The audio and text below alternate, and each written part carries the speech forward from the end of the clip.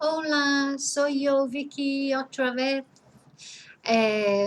Espero que todo bien con vosotros. Yeah, hope you're all okay, enjoying the sunshine if you're here in Spain. I just want to say thank you for the nice comments about my curly hair. In case you're thinking I've got it under control, no, I haven't. Literally, this will last about half an hour to an hour. It's nearly straight, but within an hour or so it'll be back to curly again. So that's just the way it is. It's the humidity. But anyway, thank you. So I had some nice comments, so that was nice.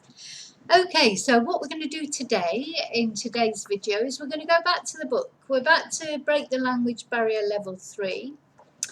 I hope you found the previous videos that I've been doing useful with the vocab and things like that. Anything you'd like to see in a video, you know, explained, whether it's in the book or not,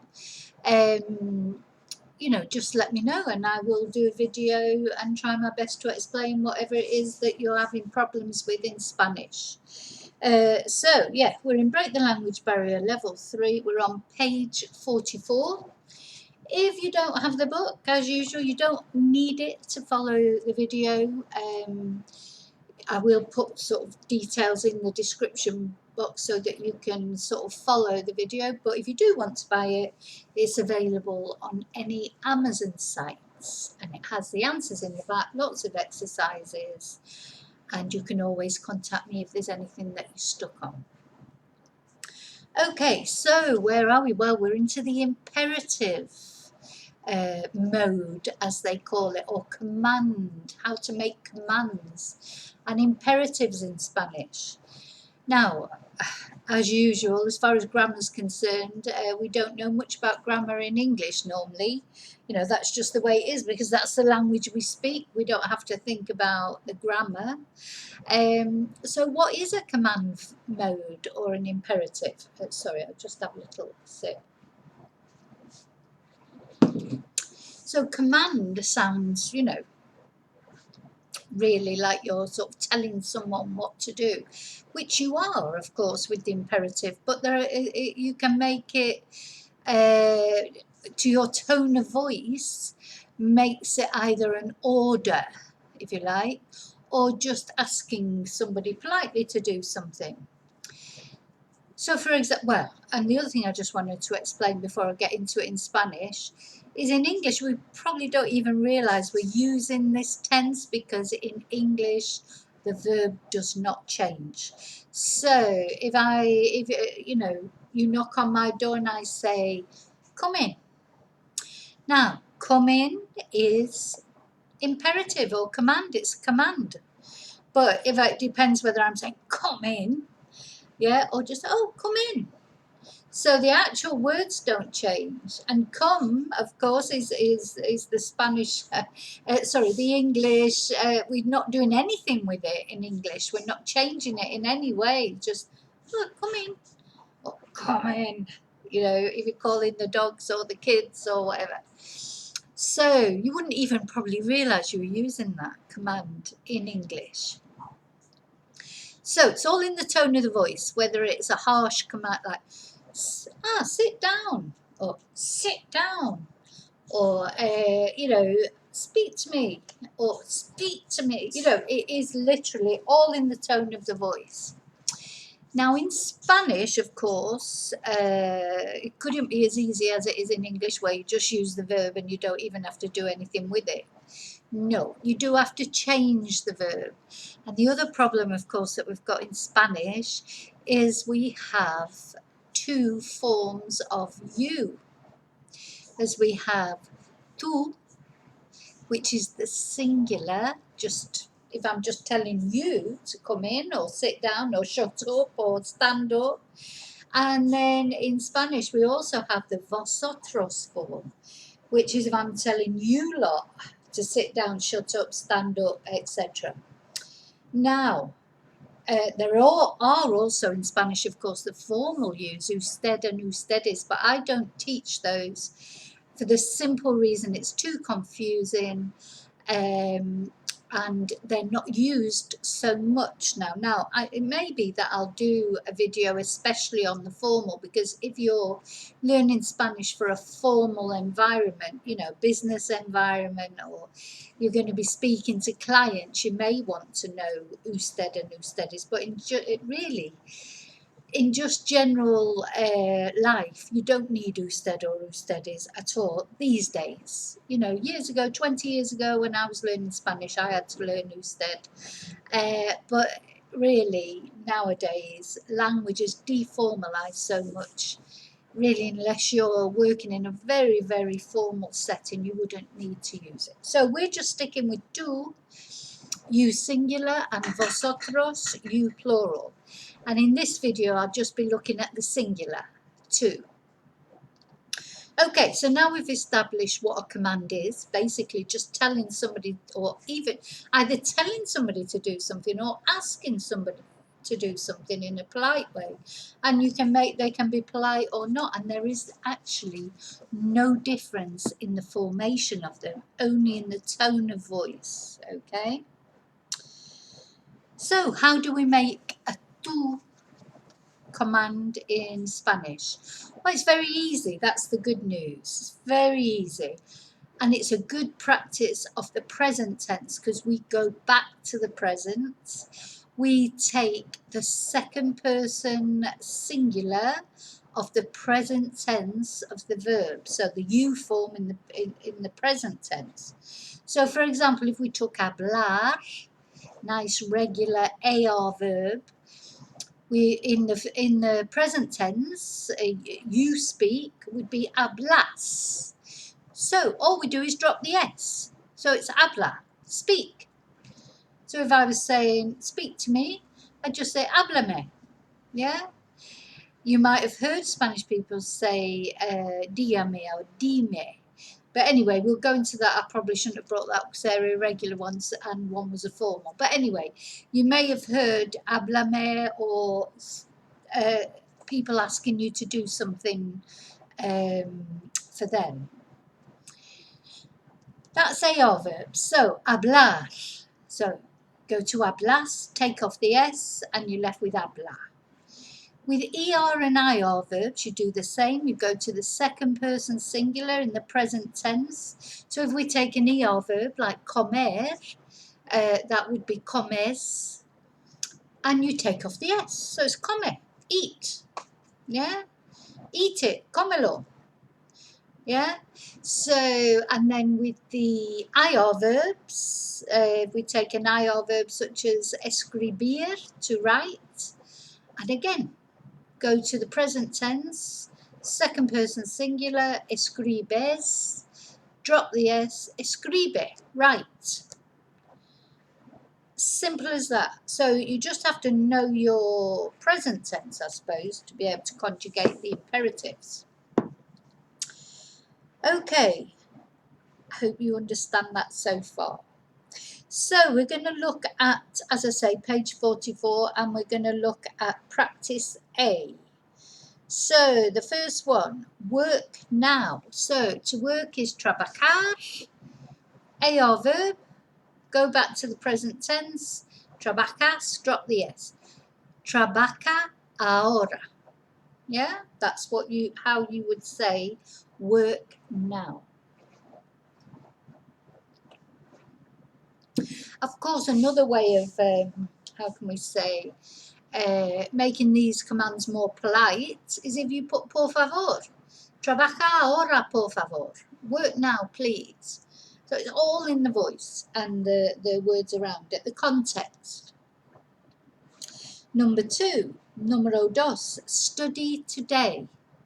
So to study is estudiar.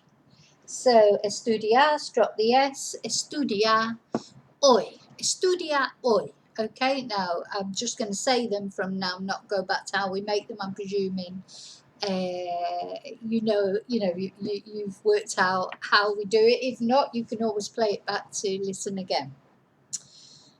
Okay, so number 3, buy the car. The verb to buy, comprar, compra el coche. Number 4, wait here. The verb to wait, esperar, Espera aquí. Drink this, número 5. The verb to drink, beber, bebe esto. Número 7, learn everything. The verb to learn, aprender, aprende todo. Number 8, sing for him. So, cantar is the verb to sing. So, canta por él or para él.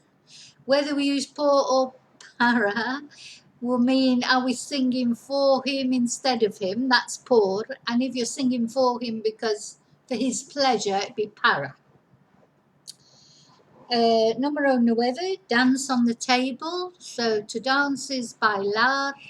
So baila en la mesa. Número 10, live for today. The verb to live, vivir, eso es muy importante. And I think we've come to realise this more than ever after the COVID outbreak, etc. So live for today. Vive por hoy. Número 11, write here. Escribe aquí. Número 12, eat more. Should be eat less, really. I think I should have after this lockdown. So, come más. If it was eat less, it would be come menos. Número 13, read that. To read is leer, so lee eso. Número 14, take the money. The verb to take is tomar. Toma el dinero. Okay? So that's our positives. Easy. Easy peasy. Más o menos. Okay, negatives a little bit more complicated. Again, the present tense comes into play here. So if you're not sure on the present tense, it'd be a good idea to go back to level 1 and check all your endings for verbs in the present tense, or look at the tutorials that explain the present tense, because it is important all the way through to make your imperatives. Okay, so negatives. We do it again, as I say, we go back to the present tense. Now this time we go to the first person singular in the present tense. Now in the present tense, if you know the present tense, you'll know that for the I form, nearly always ends in O. Yeah? Quiero, bailo, hablo, escucho.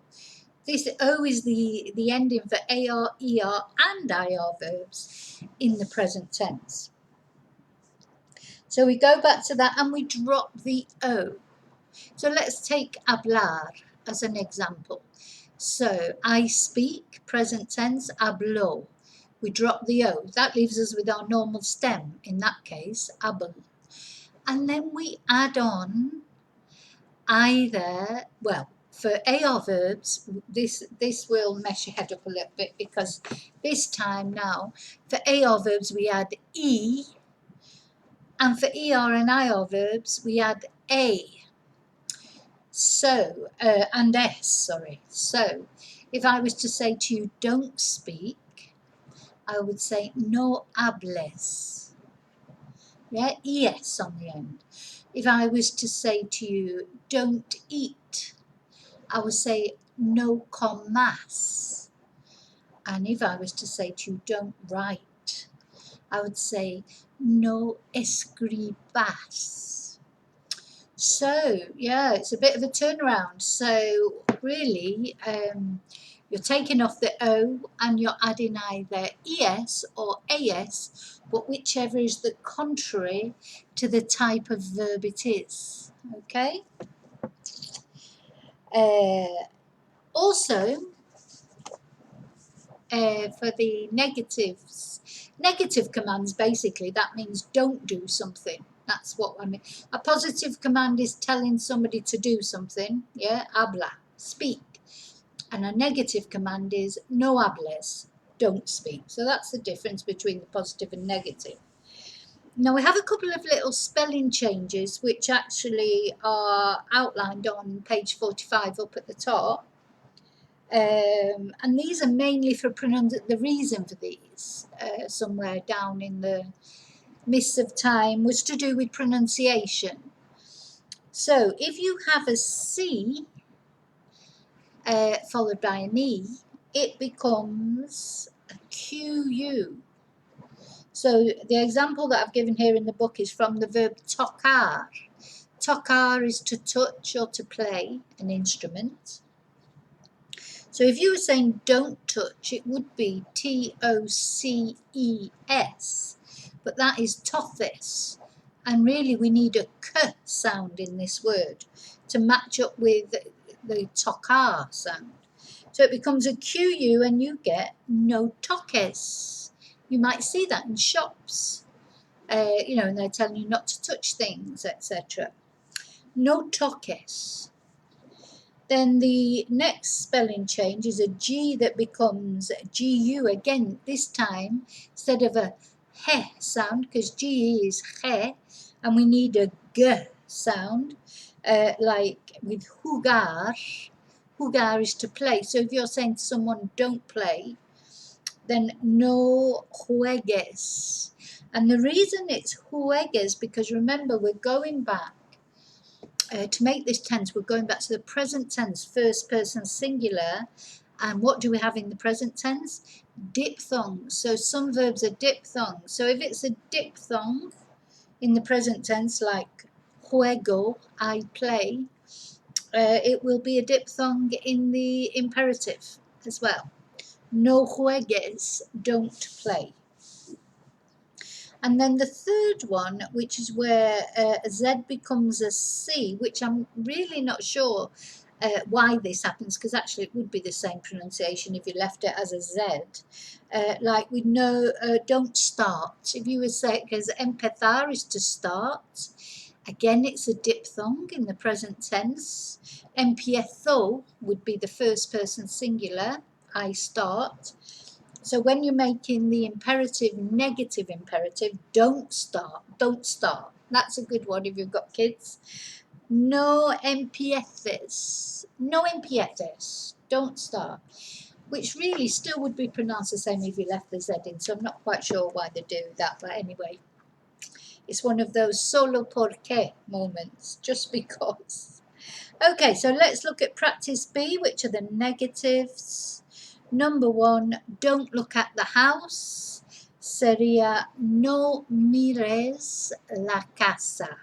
Okay? Número 2, don't sing that song. No cantes esa canción. Don't run in the corridor. No corres en el pasillo. Número 4, don't study German, study Spanish. No estudies alemán, estudia español. Y número 5, don't think so much. No pienses tanto. Número 6, don't believe everything. No creas todo. Número 7, don't open the door. No abras la puerta. Número 8, don't read my diary. No leas mi agenda o diario. Número 9, don't dance with him. No bailes con él. Número 10, don't wait all night. No esperes toda la noche.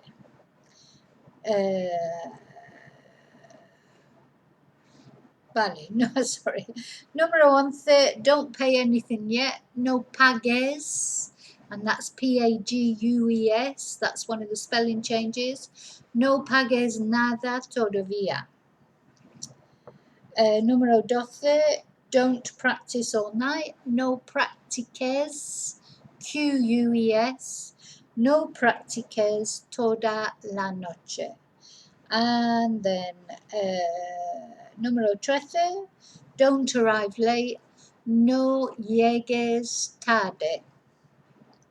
And again, that's a GU spelling. And number 14, don't drink too much. No bebas demasiado. Okay, so that's your positives and negatives of regular imperatives, telling people what to do or what not to do. In the next video, we'll be looking at the irregulars. Okay, so hope you've enjoyed the video or found it useful. If you have, as usual, please give me a thumbs up.